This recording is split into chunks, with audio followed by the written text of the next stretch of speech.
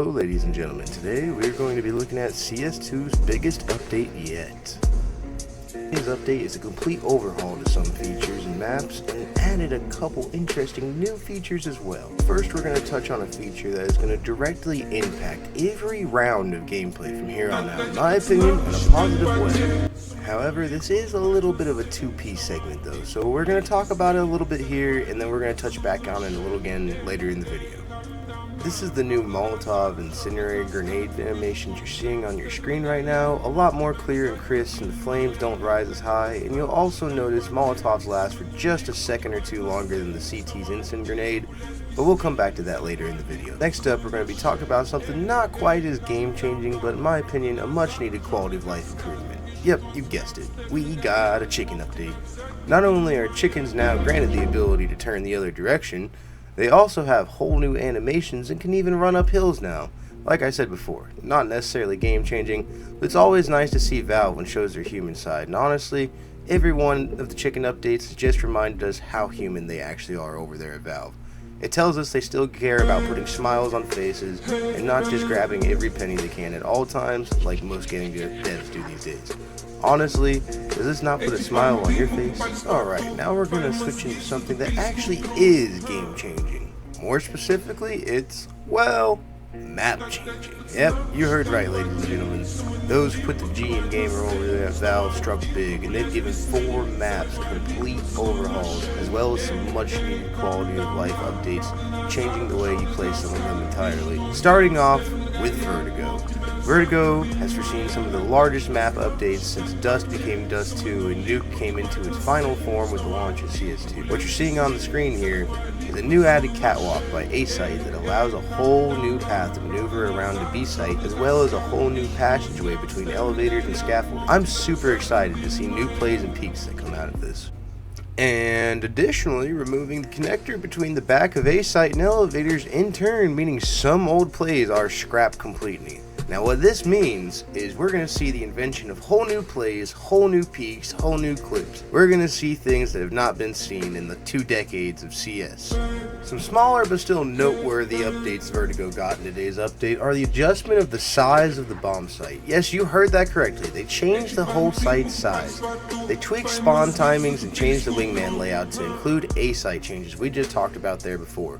What they are, I'm not quite sure because I haven't had the opportunity to investigate them myself, but I will let you know as soon as I find out what these spawn timings and tweakings are. Although Vertigo was definitely the poster child of this update, 3 other maps received some much needed attention as well.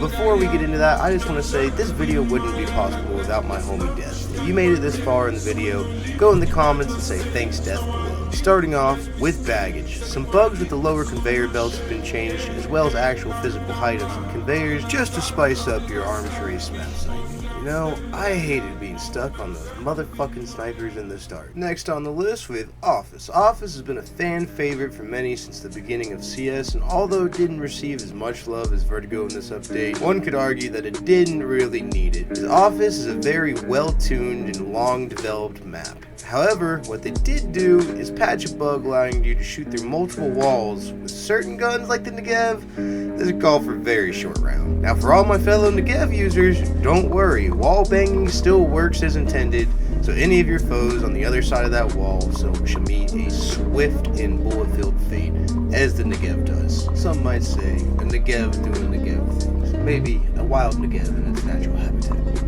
Last on the list of map updates is Mirage. For those who don't know, Mirage is a map with a slippery pass and a steep fucking hill to climb in the future.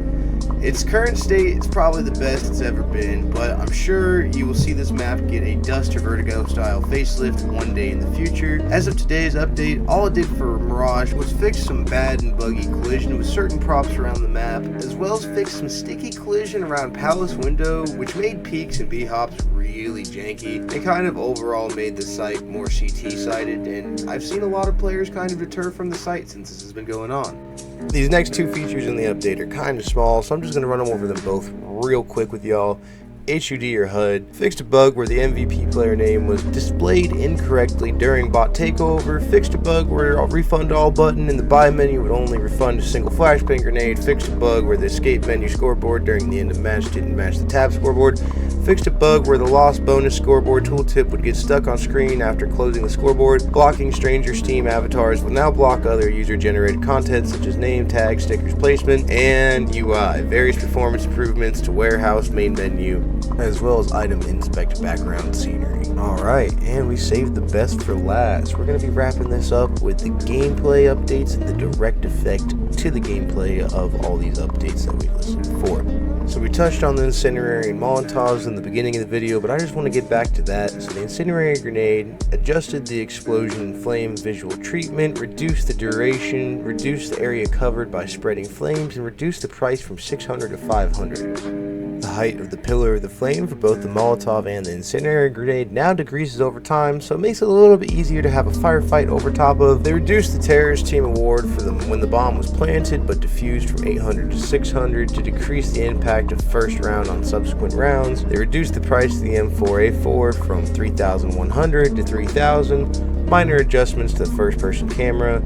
Some console commands for switch hand left, switch hand right, so you don't have to press the H button anymore, because that's easier, I guess.